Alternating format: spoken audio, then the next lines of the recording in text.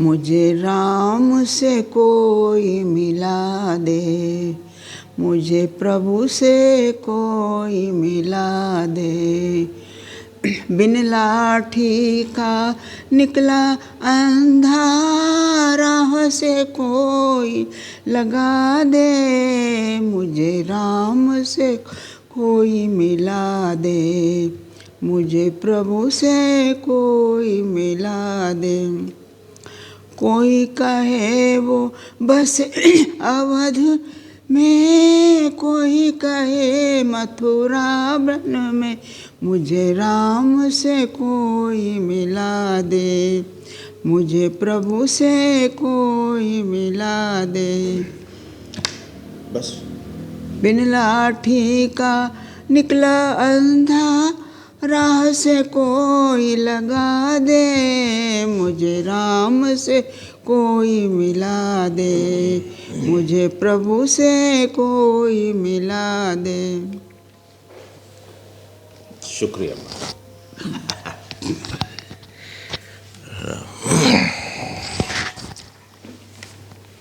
Now this is an auto suggestion. ये एक auto suggestion है। हम जो परसों जो वीडियो बनाया है, पिछला वीडियो जो बनाया है, उसके अंदर हम ऑटो सजेशन की बात करें, आत्म सुझाव। मैं अपने आप को ही सुझाव दे रहा हूँ। इस आत्म सुझाव के ऑटो सजेशन के संदर्भ में जो है, हमने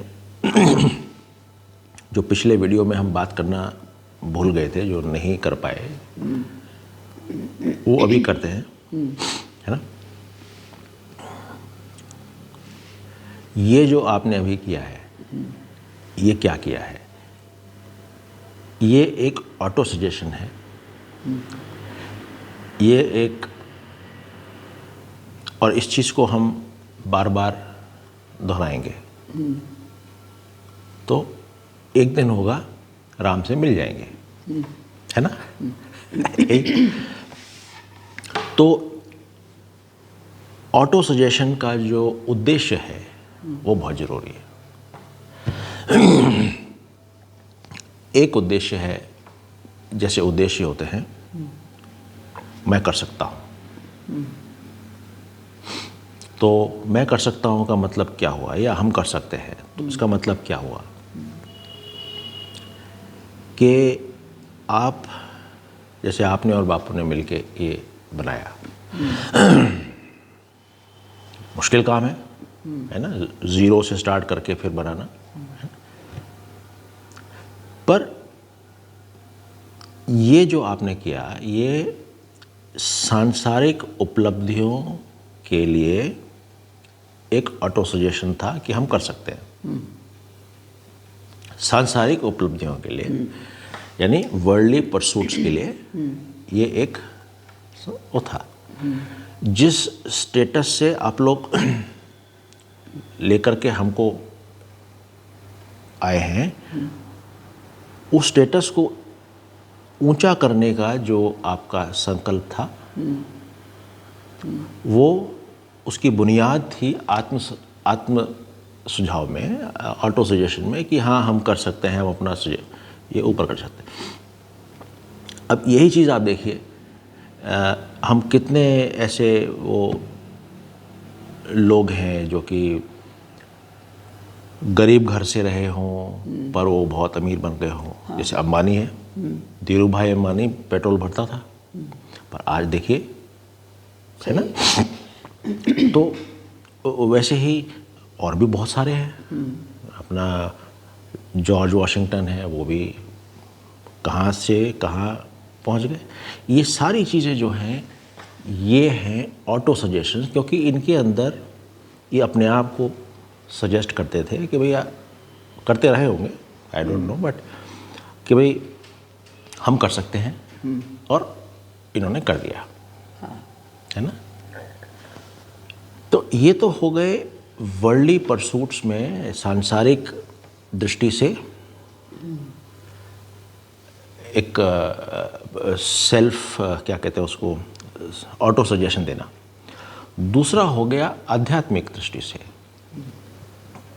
जहाँ पे कि हम, जो आपने अभी गाना गाया, मुझे राम से कोई मिला दे, प्रभु से कोई मिला दे, उद्देश्य उस ऑटो सजेशन का है राम से मिलना या अपने सोर्स से मिलना, है ना। तो एक तो हो गया उद्देश्य। उद्देश्य में भी चलिए वो बाद में। दूसरा होता है स्टार्टिंग पॉइंट। स्टार्टिंग पॉइंट सबका एक है, यानी जो भी ऑटो सजेशन कर रहा है, स्टार्टिंग पॉइंट उन सब का एक है, स्टार्टिंग हालात एक है। यानी कि स्टार्टिंग पॉइंट क्या है? स्टार्टिंग पॉइंट वो है जहाँ पे कि वो व्यक्ति या वो जीव अपने आप को, पहली बात तो जीव महसूस कर रहा है, और दूसरा वो महसूस कर रहा है कि कुछ कमी है जो कि पानी है, जो कि पूरी करनी है, वो कमी है, इनएडिक्वेसीज हैं, उन इनएडिक्वेसीज को पूरा करना है। सो वो ऑटो सजेशन करता है। तो स्टार्टिंग पॉइंट तो सही है ना, एक ही है कि भाई मेरे को कुछ कमी महसूस हो रही है, मुझे कमी महसूस हो रही है, चाहे सांसारिक दृष्टि से कमी महसूस हो रही हो या आध्यात्मिक दृष्टि से कमी हो रही हो, आंतरिक दृष्टि से कमी हो रही हो, पर कमी महसूस हो रही है, तो हम लोगों का स्टार्टिंग पॉइंट एक है, पर एंडिंग पॉइंट अलग अलग हैं। अलग अलग कैसे हैं? जिसको आध्यात्मिक दृष्टि से एकता चाहिए तो वो उधर चला गया, पर जिसको सांसारिक चाहिए वो सांसारिक सुखों की तरफ, सांसारिक चीज़ों की तरफ गया। पर खोज दोनों की एक है, अल्टीमेटली खुशी होना, पहुंचना, अपने गंतव्य पहुंचना और खुश होना। तो उस पे मेरे को ओशो की एक कहानी याद आई। वो ये है कि वो ओशो जाते थे किसी के घर पे, तो जब वो एक बार गए तो उन्होंने बोला कि भाई, घर वालों ने बोला कि भाई ये घर बहुत छोटा है और हमें बड़ा घर लेना है। तो ओशो ने कहा भाई ये घर तो मेरे को ठीक ठाक लग रहा है, इसमें कोई दिक्कत नहीं है, पर नहीं छोटा है। ठीक है, पर एक चीज़ ध्यान रखो, तुम अगर इसमें खुश नहीं हो तो अगले वाले में भी खुश नहीं होगे। खैर अगली बार ओशो का आना हुआ तो वो दूसरे घर में पहुंच गए थे जो कि बेहतर था। ओशो ने पूछा भाई आप खुश हो? तो उन लोगों ने कहा हाँ खुश तो हैं, लगभग से खुश हैं, अभी तक खुश थे, पर हुआ क्या कि हमारे सामने वालों ने एक इससे बेहतर बिल्डिंग बना ली। तो अब हम इसको बेच के उसको करेंगे, दूसरा घर लेंगे जिससे कि इससे बेहतर बन सके। तो ओशो ने कहा ना तुम उधर खुश थे, ना तुम इधर खुश हो, और ना ही तुम आगे खुश रहोगे। सही बात है ना। तो एक जाल तो वर्ल्डली परसूट्स का, सांसारिक उपलब्धियों का एक जाल तो ये हो गया कि वो आदमी वही करता रहेगा, फिर उसी में घूमता रहेगा। है ना, कि भाई कमी महसूस करी, उससे इच्छा उत्पन्न हुई, इच्छा से उसने कर्म किया, और कर्म में फिर से वहीं घूम के आ गया कि भैया ना ये तो कमी है, तो वो उसी में घूमता रहेगा। है ना। सांसारिक परसूट्स का दूसरा तरीका ये भी होता है, ये उन लोगों के लिए होता है जो बड़ी ही जागृत अवस्था में जीवन जीते हैं। बेशक वो सांसारिक परसूट्स में है, वर्ल्डली परसूट्स में है, पर फिर भी वो घूम फिर के वापस से वो घूम फिर के सोर्स पे आते हैं। कैसे? जो हमने एक बार एक वीडियो बनाया था जहाँ पे कि हमने कहा था कि भाई आप कुछ भी करना है, जो करना है वो करिए, पर 2 सवाल हमेशा अपने आप से करिए। पहला सवाल, मान लीजिए आपको एक बढ़िया गाड़ी चाहिए और आप सोचते हैं उस बढ़िया गाड़ी से आप खुश रहेंगे, है ना? तो आप 2 सवाल पूछिए कि क्या वो गाड़ी हमेशा मेरे साथ रहेगी? गाड़ी, बंगला, रिश्ता, कोई भी चीज़, प्रॉपर्टी, कुछ भी, पैसा, कुछ भी ले लीजिए, हेल्थ हेल्थ भी हमेशा नहीं रहती, वो भी धीरे धीरे कम होती रहती है। कोई भी जो उपलब्धि हुई है, जो भी चीज़ आई है, ग्रहण की है, क्या वो ग्रहण की हुई चीज़ हमेशा मेरे साथ रहेगी? आपको जवाब मिलेगा नहीं। ठीक है, अच्छा। दूसरा आप सवाल पूछेंगे कि भाई क्या ये जो चीज़ है, इस चीज़ से जो मेरे को खुशी मिली है या मिलने वाली है, यानी कार से, क्या ये खुशी हमेशा रहेगी? तो जवाब क्या मिलेगा? नहीं, क्योंकि वो खुशी हमेशा नहीं रह सकती। क्योंकि ये गाड़ी ले ली मैंने, अब थोड़े दिन बाद मार्केट में दूसरी अच्छी गाड़ी आएगी तो यही गाड़ी मेरे को खराब लगेगी। अभी देखिए ना, मेरे पास जो गाड़ी है, मारुति 800 जो थी, जब परिवार थोड़ा सा बड़ा हुआ, एसी गाड़ियाँ आने लग गई, तो मेरे को लगा वही नॉन एसी गाड़ी मेरे को बड़ी अखरने लग गई। अब मैंने ली ये वाली, है ना, ये बड़ी अच्छी लगती थी, बड़ी खुशी होती थी। पर अब जो है, अब और बेहतर गाड़ियाँ आ गई, अब यही गाड़ी मेरे को ख़राब लग रही है। सही बात है ना? तो ये 2 सवाल अगर हम पूछेंगे, बेशक हमने सांसारिक परसूट्स है, सांसारिक उपलब्धियों के लिए हमने कामना करी है और हमें वो सब चीज़ें मिल रही हैं, पर हर स्टेज पे अगर हम अपने आप से यही सवाल पूछ रहे हैं और जवाब मिल रहा है नहीं, जवाब तो नहीं मिलेगा,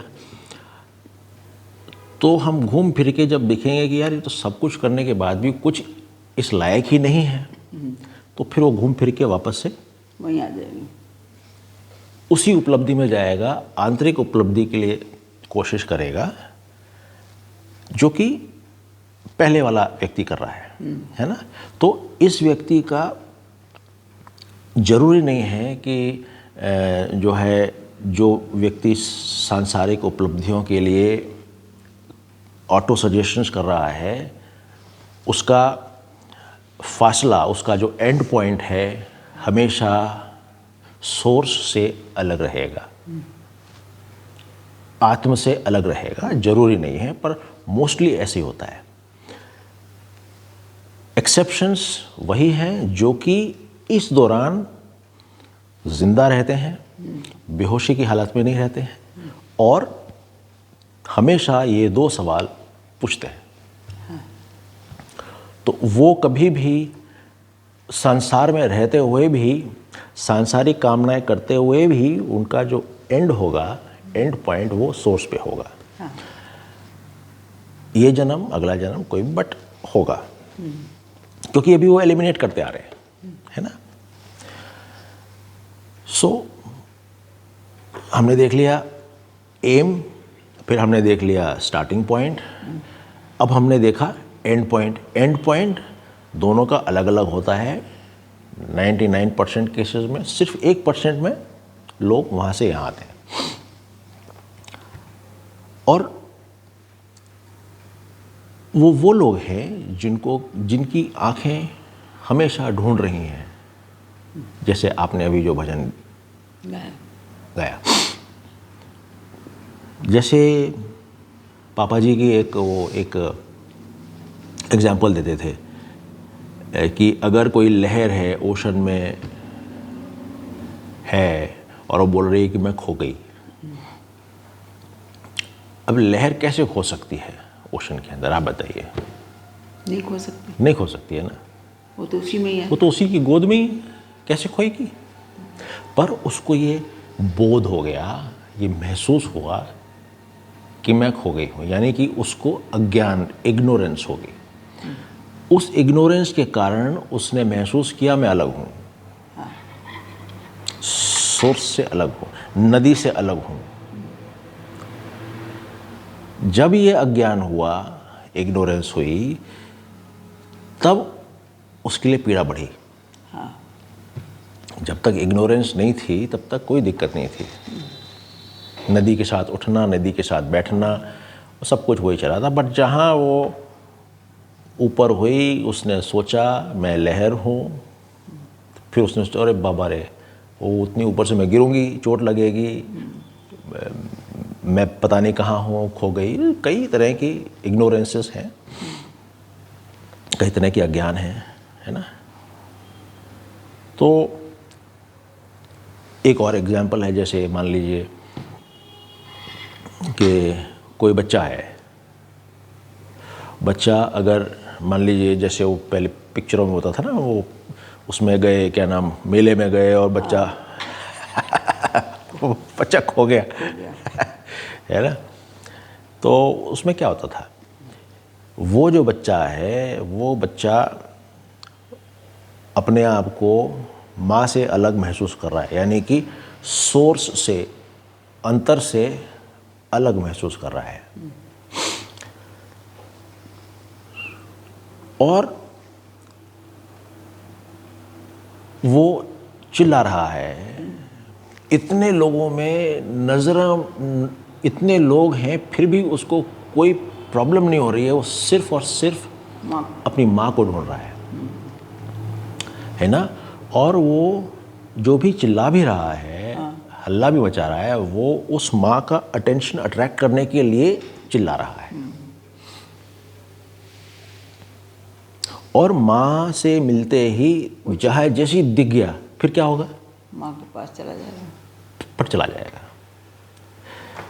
तो आप देखिए कि ये जो बच्चा कर रहा है, अपनी जो भी अपनी रिक्वायरमेंट्स हैं, रोने के माध्यम से अपनी माँ को डायरेक्ट कर रहा है, माँ के प्रति डायरेक्शन दे रहा है ना। ठीक वैसे ही हम जो ये भी जितने भी ये ऑटो सजेशंस करते हैं, इनका जो डायरेक्शन होगा वो अहंकार वाली लहर नहीं होगा, वो माँ होगी, वो सोर्स होगा। अगर मैं कर सकता हूँ, मैं ये कर सकता हूँ, वो कर सकता हूँ, इतनी चीज़ें, अगर ये अहंकार की तरफ डायरेक्ट होगा तो रावण बनेगा।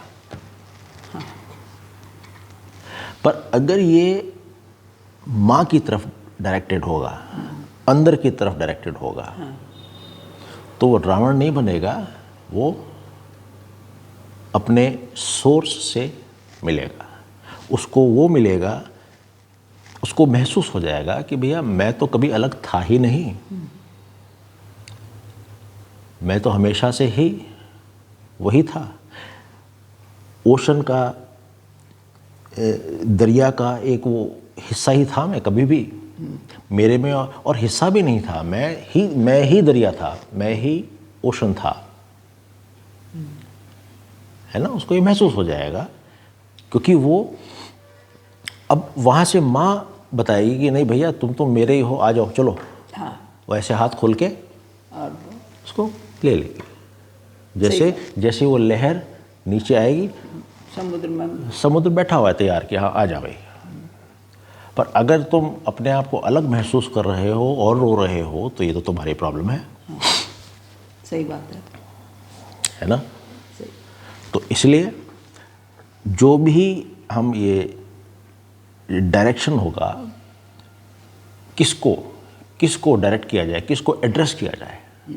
अगर मैं कर सकता हूँ, ये हम अगर अहंकार के प्रति डायरेक्ट करते हैं तो अलग फल है। पर उनमें भी अगर हम होश की अवस्था में उन चीज़ों को जी रहे हैं, यानी वो दो प्रश्न पूछ के होश की अवस्था में भी अगर हम उन चीज़ों को जी रहे हैं तब भी हम यहीं पहुँचेंगे, हाँ, क्योंकि हम पाएंगे कि वो सब चीज़ें बेकार हैं, इस लायक नहीं है कि उनके पीछे भागा जाए। और अगर हम अंदर की तरफ डायरेक्ट कर रहे हैं, माँ की तरफ, पिता की तरफ, जो भी है जिसके भी प्रति डायरेक्ट कर रहे हैं, तो हम वहीं पहुँचेंगे। और जब हम वहाँ पहुँचेंगे तब हमको क्या महसूस होगा? हमको एक मैं एग्जाम्पल आपको देता हूँ। अगेन ये एक ओशो की ही कहानी है। उसमें ये था कि गुरु नानक एक बार किसी अपने शिष्यों के साथ किसी गांव की तरफ गए। रात हो गई थी तो वो उस गांव के आउटस्कर्ट्स में, यानी बाहरी उसमें उन्होंने डेरा डाल लिया, भाई ठीक है सुबह निकल लेंगे। तो जो वहाँ का जो कबीला था, कबीला का जो वो था सरदार था, उसने उनके पास, गुरु नानक के पास एक दूध से भरा हुआ ग्लास ऐसे भेजा, यानी कि उस ग्लास के अंदर एक बूंद दूध और आ नहीं सकता था। पूरा भरा हुआ, फुल भरा हुआ। अगर आधी बूंद भी उसमें पड़ गई तो छलकेगा। तो जैसे ही वो आया गुरु नानक के पास, गुरु नानक ने एक गुलाब की पत्ती ली, उसके ऊपर डाल दी और कहा जाओ बता दो। बताया, वो कबीले का जो सरदार था वो संतुष्ट हो गया कि भाई ठीक है। अभी आप देखिए कम्युनिकेशन क्या हुआ। कम्युनिकेशन ये हुआ कि भाई देखो, ये जो है, जो गांव है ये ऑलरेडी फुल है, इसमें और कैपेसिटी नहीं है कि आप एक आदमी को भी रखा जाए। हाँ, तो गुरु नानक ने गुलाब डाल के ये कहा, देखो भाई मेरा कोई भार नहीं है, मैं आया हूँ, बाहर रुका हूँ और सुबह चला जाऊँगा, मेरा कोई भार नहीं है। ठीक है, सही बात है। तो बस ये जो होगा, जो भी अपने स्रोत से एक हो गया, यानी उसका अहंकार खत्म हो गया, तो उसके अंदर कोई वेट ही नहीं रहा। सही बात ये है। बस इसलिए जो भी ऑटो सजेशंस है, ऑटो सजेशंस के बारे में, this is what we have to always bear in mind. Thank you. आपको कुछ बोलना है? नहीं, हो गया? हाँ, धन्यवाद, थैंक यू।